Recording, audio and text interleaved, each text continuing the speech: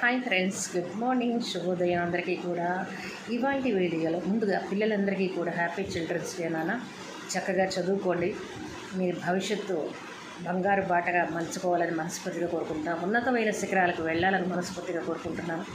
ఎందుకంటే మనం ఒక స్థాయిలో ఉండాలి అని చెప్పంటే మన వెనక బ్యాక్గ్రౌండ్ పుషింగ్ ప్రతిదీ కూడా మన తల్లిదండ్రులే ఇచ్చేది, ఎవ్వరు ఇవ్వరు. వాళ్ళని బాధపెట్టి చదువు డిస్టర్బ్ చేసుకొని అనవసరమైన విషయాల్లో తలదూరుస్తూ లైఫ్ను స్పాయిల్ చేసుకోమాకండి. ఎందుకంటే జీవితం చాలా చిన్నది. ప్రతి అడుగు, ప్రతి మాట, ప్రతి చేత పర్ఫెక్ట్గా ఉంటూ ముందుకు వెళ్తే మంచి స్థానంలో ఉంటారు మీరు. ఫస్ట్ ఆఫ్ ఆల్ పిల్లలు తెలుసుకోవాల్సింది ఏంటంటే, ఫస్ట్ పాయింట్ ఈజ్ పేరెంట్స్కి రెస్పెక్ట్.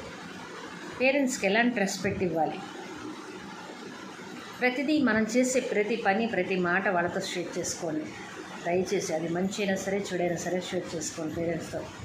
మీరు ఉన్నతమైన స్థానానికి వెళ్ళిన తర్వాత మన సమాజం ఏ రకంగా మనం గర్వపడేలాగా మనం బ్రతకాలి అనేది ఒక కాన్సెప్ట్ పెట్టుకోండి. తర్వాత మన గోల్ ఏంటి, ఏ స్థాయికి మనం ఎదగాలనుకుంటున్నాం అనే దాని మీద ఫోకస్ ఎక్కువ చేయండి.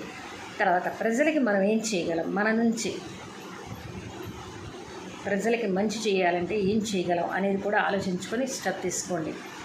తర్వాత నెక్స్ట్ పాయింట్ వచ్చేసేసి, మనం చేసే ప్రతి పని వల్ల ఎదుటి వాళ్ళకి బాధ కలగకుండా హ్యాపీనెస్ కలిగేలాగా మలుచుకోవటం నేర్చుకోవాలి.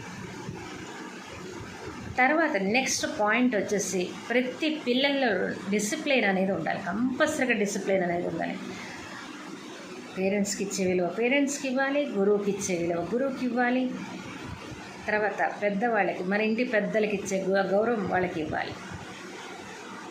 ఇస్తూ మనం ఇలా ముందుకు హ్యాపీగా నడిస్తే ఎలాంటి ఒడిదుడుకులు వచ్చినా కూడా ఈజీగా తట్టుకోగలుగుతాం. అవునంటారా కాదంటారా? మీ అభిప్రాయం కామెంట్ రూపంలో తెలియచేయండి. Thank you. ఈ వీడియో కనుక నచ్చినట్లయితే లైక్ చేయండి, షేర్ చేయండి, సబ్స్క్రైబ్ చేయండి. మీ అభిప్రాయాన్ని కామెంట్ రూపంలో తెలియజేయండి. Thank you.